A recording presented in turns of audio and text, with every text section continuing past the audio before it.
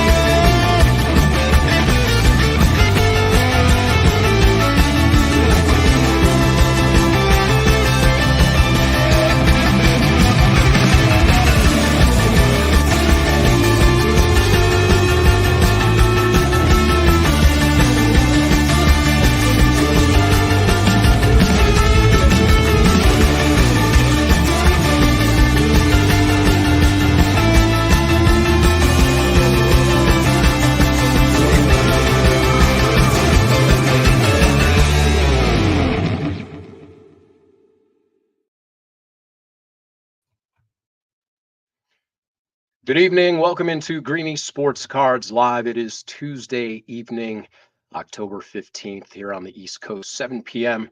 In the Midwest, actually, Eastern Standard Time. I am Jeremy Levine, your man about town. I will be joined very shortly here by the man himself, Steve Greenberg, a.k.a. Greenie, the namesake of our show and business Greenie Sports Cards. We've got an abbreviated show for you this evening because we have to get to Game 2 of the American League division series, or actually conference series between the Yankees and the Guardians. So that will tip off first pitch at 7:38 p.m. Eastern time in New York on the East Coast. And very excited to get back at it and talk about a handful of things in the short time we'll be with you this evening. There is no live auction. That will be moved to tomorrow on eBay Live with Alex. He will go live about 9 o'clock. And of course, he will have all kinds of cards at the ready: basketball, baseball, football, hockey, soccer. He's got wrestling cards. Sometimes he gets UFC cards. He's got all kinds of interesting stuff, packs and unique items that really, at the direction of the participants, dictate the show. And it's a lot of fun. If you have not checked that out, make sure you follow Greenie on the socials and on eBay Live. Traditionally, we go live with Alex every Tuesday after our live show here, and then he's back on Thursday nights at 9 to do the live auction. It's a lot of fun and some really great deals, really great product on there. So let's go ahead and welcome in Greenie and get going this evening. Steve, how you doing this evening? I'm good. I seem to notice that we're both wearing sweatshirts, so it seems to be that time of year where it's turning a little bit.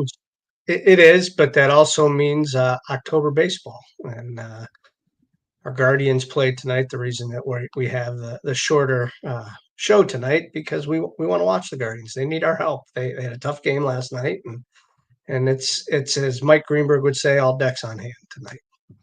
All decks on hand. Yeah, it's a little frustrating. It's never fun losing, but for 4 wild pitches and 6 walks in the third inning, across the third inning, the Guards were in it, and they had 2 runners stranded in the 7th, a man on first and third with 1 out. But for missed opportunities and self-inflicted wounds, they're right there with the Yankees. You know, it's interesting. We're biased, obviously. We're Cleveland fans, and we live here, but the announcing trio there on TBS seemed pretty pro-Yankees. Fine, I get it, rightfully so. But they said that the Yankees dominated last night, and they didn't. They didn't. It was the same amount of hits. They dominated 1 inning, and really they didn't even dominate that inning. We blew it, right? It was like the Browns' offense, right? It was just awful. you know, unforced errors, and at any level, at Little League, you can't walk 6 batters. You can't throw a bunch of wild pitches and mhm, not expect some damage. So, they got burned on a couple of long balls, which is to be expected. But if they want to stay in this series, they've got to limit their mental mistakes. They got to keep focus and do what they've done all year: timely hitting, great pitching out of the bullpen, and their starters just have to give them a little more. Unfortunately, Alex Cobb got hurt. He's been hurt all year. He wasn't himself last night, mhm. and then you just left it up to arguably a mistake on first year manager Stephen Vogt's part. He probably would like to have that back, putting in the lefty and letting him literally go wild. And now we're dealing with this new era of baseball where you have to pitch when you substitute a pitcher. You have to face at least 3 batters. You can't go righty lefty anymore and mix it up that way. So I think he was in a difficult spot, Stephen Vogt, because if he goes Cade Smith there and he ruins him for tonight, I think he rolled the dice and was like, you know what, if this kid Cantillo can work some magic here, then we have something.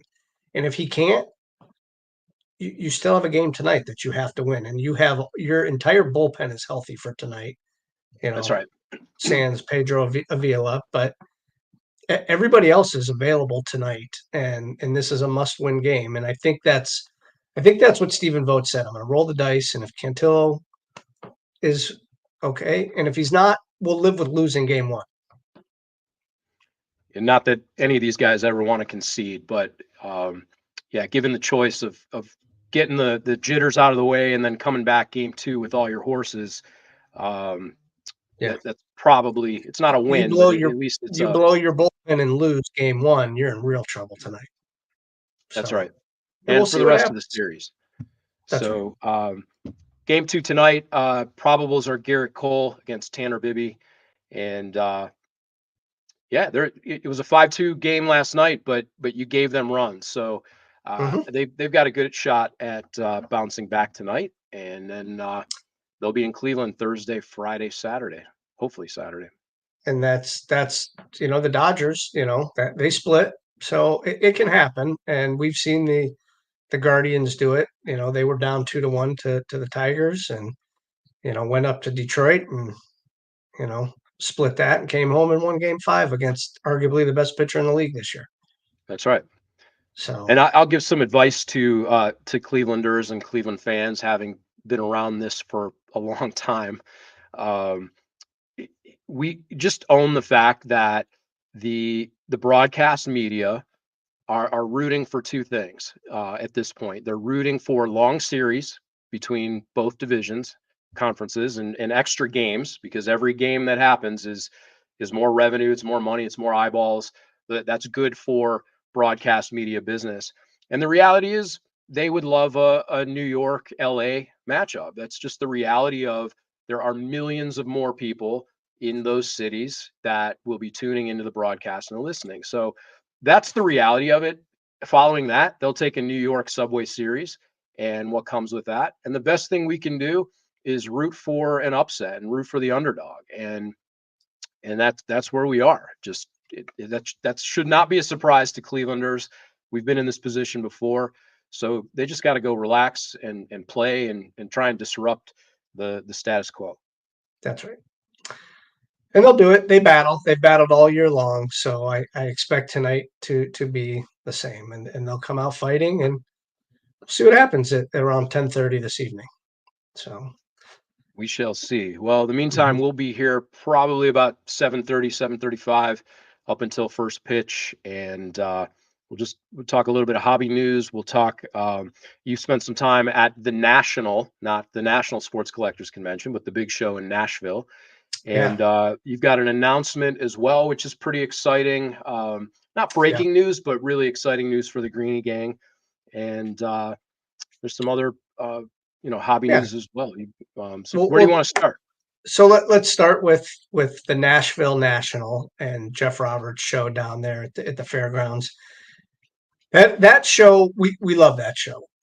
We've been going there for a couple years. We don't make it every time. I think it's 3 times a year. We hadn't been there actually since last November because some of the dates didn't match up this February and July. But it's a beautiful venue. It's in their fairgrounds. It's very well lit. The tables are nice. Air conditioning wasn't really working this time. We survived. It wasn't like the Chicago National of a summer and a half ago. So, but it was fine. And in there were 2 rooms. The other room was full blast AC, so it was fine. But we got to hang out with a lot of people that we don't see very often, and talk shop with them and what they're doing and what's going on moving forward. And on top of the buying and selling, I mean, we sold a good amount of cards. We dug through boxes. We actually, and I think we've harped on this a lot, and I actually said it to you, Jeremy, at one point. If the economy goes bad, I can hopefully sell 100,000 $1 cards every year.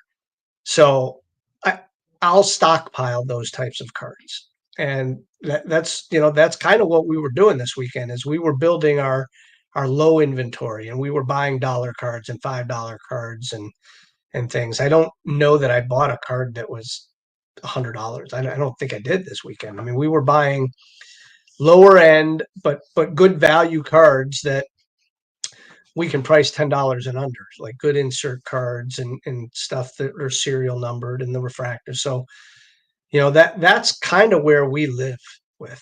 Our boxes at these big shows are loaded with cards of value like that, and not necessarily the brand new cards. I mean, we're buying cards from the 90s and the 2000s and the cards that were really our childhood type cards. And I know that younger people are buying those as well, but people our age that were collecting cards 20, 30 years ago, and now they're going to rebuild those sets and buy the 1998 Topps Chrome refractors in baseball, football, and basketball. And we're not, we buy the Derek Jeters and the big names, but there's names like, and I know we're in Cleveland, but you can find the Sandy Alomars and the Charles Nagy's in dollar boxes, and even less. And people are building those sets again. So that's what we've been focusing on.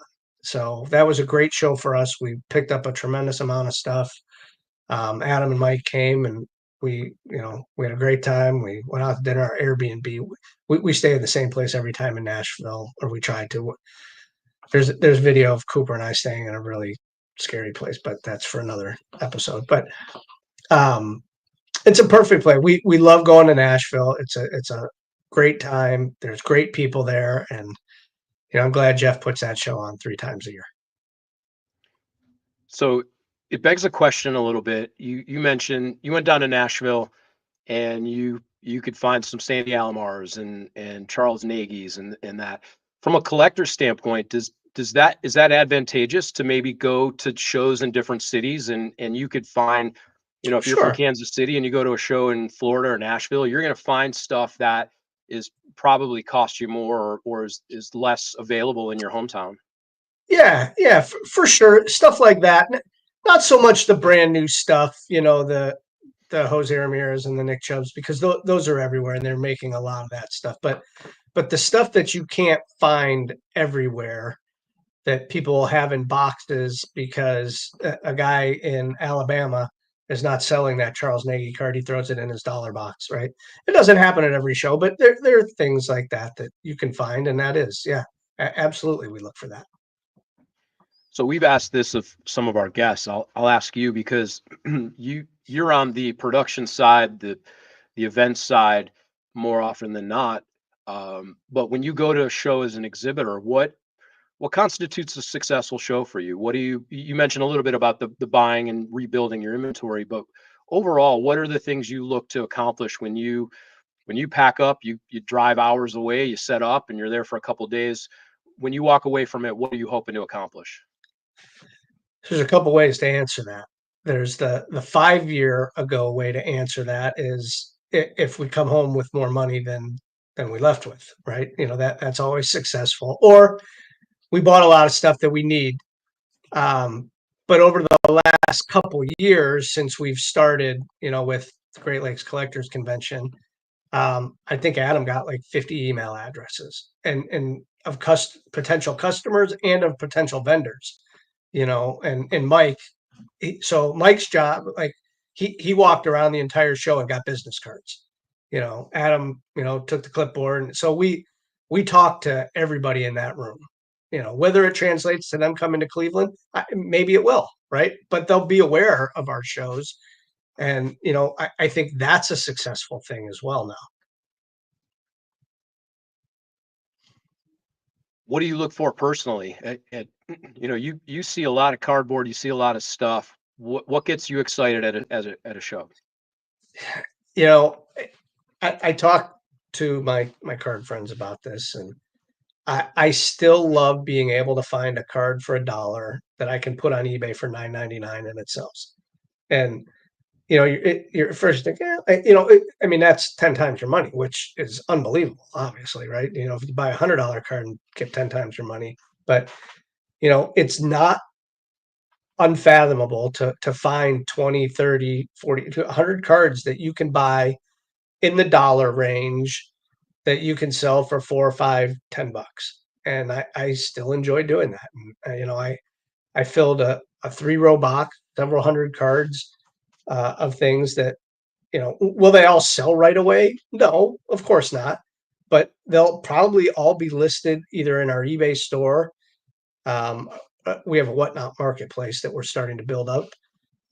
Or they'll go into our 90s inserts boxes for next year's national. And I mean, the return on dollar cards, while not as high in actual physical dollars, but the profit share, that you make and the margins that you make on dollar cards is far and away above the higher end stuff. Well, speaking of shows, there was some news that came down today from the world of Fanatics. This is their second cancellation, albeit each independent reasons of each other. But this is now the second time that a show's been canceled this year, and rightfully so. They're saying based on 2 hurricanes hitting the area, now is not the right time to have a show. They are saying they will do this again in 2025, or at least looking at dates. So what's kind of the initial thoughts when you see something come down like this with the Fanatics cancellation? Sure. So tomorrow, my family and I were going to Disney down in Orlando. Had our trip been scheduled last week, we wouldn't be going, right? It's what happened down there, and it's devastating. A lot of people lost a lot of things, and maybe Fanatics is making the right call, and it's not the right time to have a show. I've read other things where people say where their show is going to be is fine, but obviously people still have to travel to that show, and there's a lot of people in Florida that are affected, that like cards, that can't go to the show because they have a lot of things to deal with. They made the right decision for them. Is it right for everybody else that booked plane tables, had Airbnbs when you're less than a month out? I think it was going to be the first week in November. Today's October 15th. I don't know. Luckily, knock on whatever, you should do it too. We don't have to make that decision up here, but in April, we could have an 8-foot snowstorm in Cleveland. I don't know. But tough decision that they made, and it makes it tougher because they did it last month too in Pittsburgh, or 2 months ago, whenever it was. And it's not easy to do a show. I mean, we've discussed that I think we discussed it the same time they did it last month. It's not easy to put on a show. Just because your name is Fanatics doesn't mean you can put on a successful show without doing the work. And I'm not saying that's the reason that they canceled it, but I mean, somebody can do that math for themselves. Yeah. Well, they have some extraordinarily talented people on their Sure. staff and involved. And this one, it seems pretty obvious. There's some weather related issues. The previous one might have been a little bit of an unforced error, scheduling it so close to their first one. It's easy to say in hindsight, but we know how we are after a show or a big event. It's exhausting because your focus, your attention, all of that goes towards the stakeholders and making sure that everything is addressed, and all of the minutia that goes into it. If it's a successful event, typically people shouldn't and don't realize the amount of effort and details and questions go into the execution of that, because you've paid attention to all those things. And that's from the arrival in the parking lot, to the security, to the food and beverage, to box office administration, to how the room's set up, to the decorations, and all of the things that go into it, and all the staffing and people and coordination that has to happen. If you're executing the dance effectively, people come in, they have a great time, they enjoy the event, they leave. But when there's a bit of a miss, or something is off, or the uncontrollables happen, they become glaring things to deal with. So so the other thing that we'll never be privy to any of this information, but the same weekend, there were two big shows scheduled already in the country. The Dallas Card Show, which has been going on a couple of years, that's humongous and has, a waiting list, half a mile long.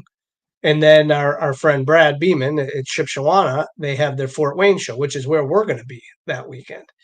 And, I know I don't know that it's 200 tables, but he's somewhere in that vicinity. But I know he's sold out. I think it's 180, something like that. I'll talk to Brad and get that exact number. But he's sold out, and he has a waiting list. And it's only the second time he's run this Fort Wayne show. And maybe they didn't sell a lot of tables. I don't know, right? Or maybe they did, and maybe it is 100% weather related. And listen, nobody can knock them for that. I mean, it's a good decision, weather related, to not have the show. I mean, there's a lot going on down there. So it could be a number of things. It's not an easy decision, but it's No. a good decision. It's the right decision.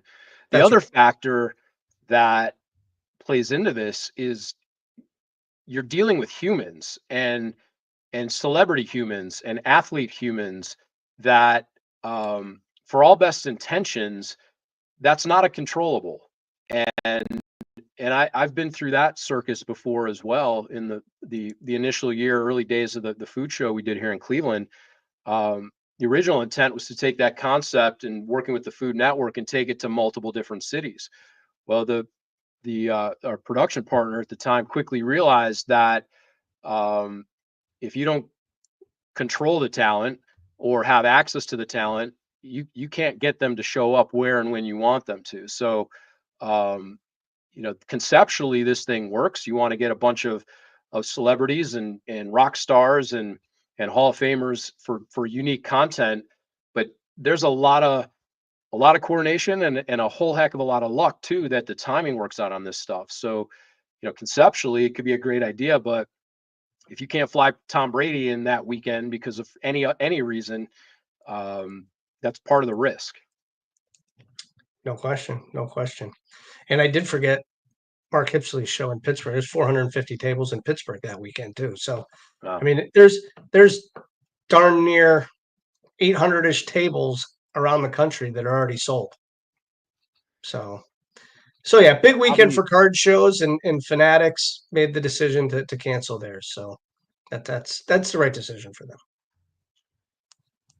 So the hobby is alive and well. Another thing that's alive and really well is some news that you got this week regarding the NIL division, the custom card division of Greenie Sports Cards. Yeah, a year and a half ago, and we've been through this story, but we had our Great Lakes Collectors Convention, and we had some celebrity guests, local media, and we had some collegiate athletes, and we made trading cards for them. And wasn't any other thought of like, hey, this is, it's a card show. Let's make cards for our celebrity guests. And we handed a card to one of our athletes that plays at Cleveland State, Destiny Leo. It's not a secret. And there were some people at Cleveland State were like, well, she can't accept that. And we kind of, okay, we took a step back and we did our research, and this is when the NIL, name, image, and likeness, started to really evolve in the collegiate sports. And we already had an attorney that had done some things from us, and they kind of advised us who to talk to in NIL, attorney speak. And we went down that path and created an entire contract, an NIL, professionally done, of what we can do and what we can offer, and what the student athletes are expected, and all the ins and outs with that. And Jeremy, you and I and Adam, we went down to a printing company, and we tested paper, and it was a whole process. And we're like, this is what we want to do, and this is how we want to do it.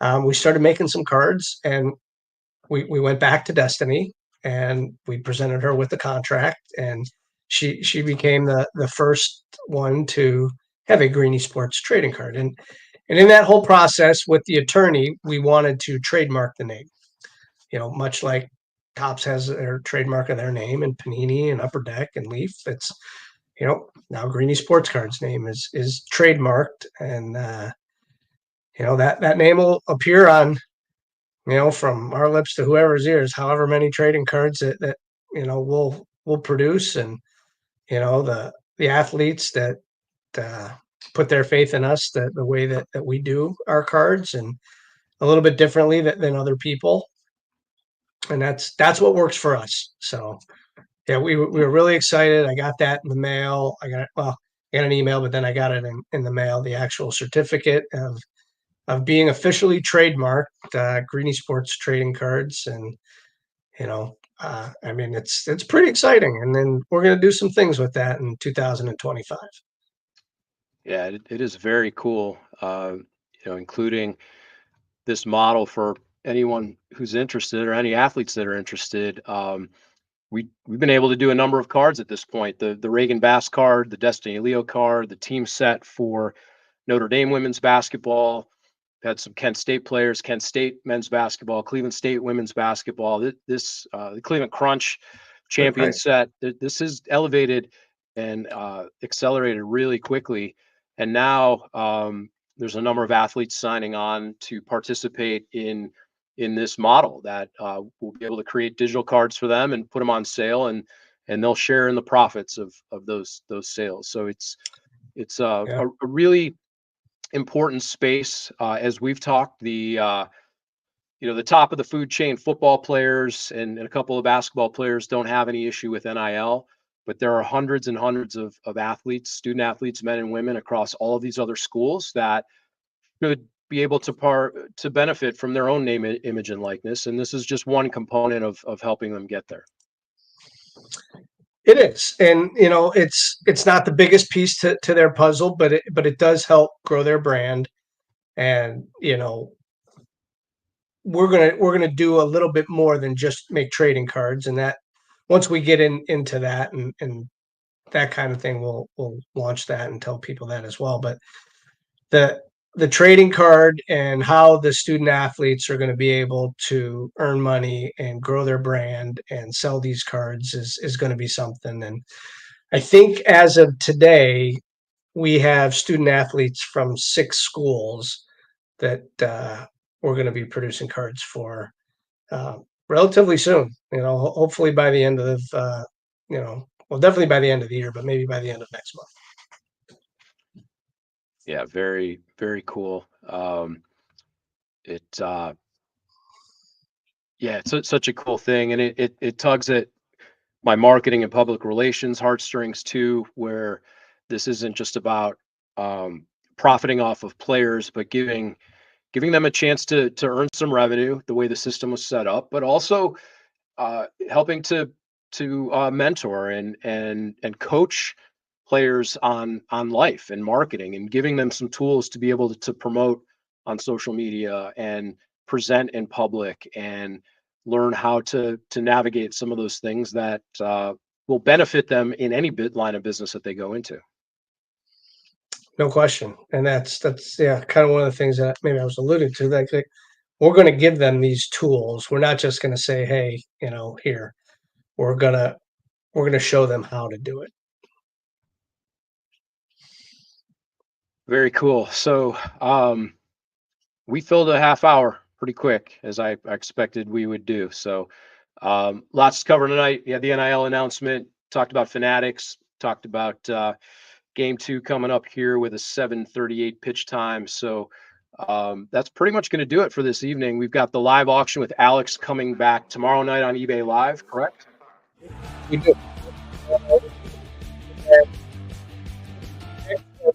Will be our first Wednesday night show, October the 23rd, the Twinsburg Glen Eagles Golf Course show. So, I think as of today, we already have like almost 20 tables. I think there was 18 tables, and then a few other people were. So, it doesn't sound like a lot, but for a Wednesday afternoon into evening, it's going to be fun. It's, playing off of the games for the weekend, the players that are hot over this weekend, and maybe we'll be talking about a World Series appearance by then. I hope so. I got my GV artwork sweatshirt on tonight for some good mojo, and that'll do it. So we'll be back next Tuesday for Greenie Sports Cards Live. Make sure to follow the socials and see who our next guest will be. Greenie, as always, it's a pleasure spending time with you, and go Guards. Absolutely. And this time tomorrow night, I'll be with the Mouse. So I look forward to that. And I look forward to a Guardians weekend. And yeah, it's always a pleasure doing this, whether it's 30 minutes, an hour, or, who knows, maybe it'll be longer one time. But yeah, I appreciate it. And, we appreciate everybody that watches and listens. Have a good night, everybody.